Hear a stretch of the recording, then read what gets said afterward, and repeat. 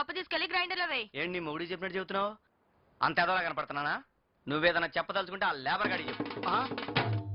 ఏంటి అమ్మో, ఏంటి తలగొట్టడం తీసినా?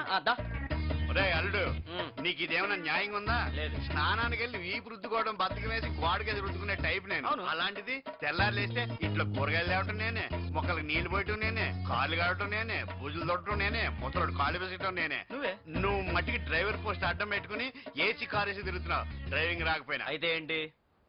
ఇక మీదట సగం పనులు నువ్వు కూడా చెయ్యాలి. 30 లక్షలు వద్దా? కావాలి. మరి ఎప్పుడు పని చేయాలమ్మా? తీసుకో. మీ ఆయన ఏం చేస్తుంటాడు? ఎవరిని ఒకటి నేసి జైలుకి వెళ్తుంటాడు. అబ్బో, సరే చెల్లెమ్మా, బావగారిని అడిగాని చెప్పు. మావయ్య, నేను చూస్తుంటే నా గుడ్డ తొరికిపోతుంది మావయ్య. ఎన్ని పనులు చేస్తావు మావయ్య? నీకు మాత్రం ఎవరున్నారు మావయ్య నేను తప్ప? ఇలా ఇవ్వు. ఏడో కళ్ళు ఈ వయసులో ఏడిస్తే పక్క మీద పాస్ పోసుకున్నంత అసహ్యంగా ఉంటది. అవును, తప్పుకోండి. మంచిదవే. టాటా, ఏంటది? పప్పండి, గ్రైండర్లో వేద్దామని. పని వాళ్ళు ఉన్నారు కదా. భలే వారండి, మన ఇంట్లో పని మనం చేసుకుంటే తప్పేంటండి?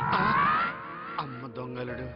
నిజమే అనుకో, కానీ నువ్వు పని చేయడం అంటేనే ఎందుకో డౌట్ గా ఉంది. మీరు మరేనండి. కార్ అంటే గేర్ ఉంటాయి, బ్రేక్ ఉంటాయి. గ్రైండర్కి ఏముంటది? స్విచ్ చేయడం, పప్పు వేయడం, అంతే కదా. మేము చిన్నప్పటి నుంచి స్టూవర్ట్పురంలో చేసిందే ఇది. అది 92లోనో 94లోనో. చాలు, పోయి పని చూసుకో. ఇంత మర్యాద చెప్పినప్పుడు ఎందుకు వెళ్ళాం?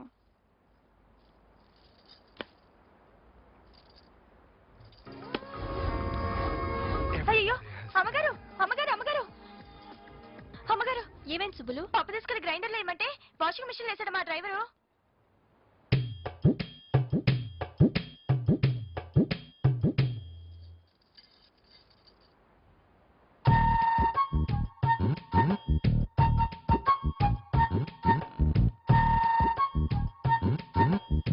గిరా తిరుగుతుంటే గ్రైండర్ ఏమో అనుకున్నానండి.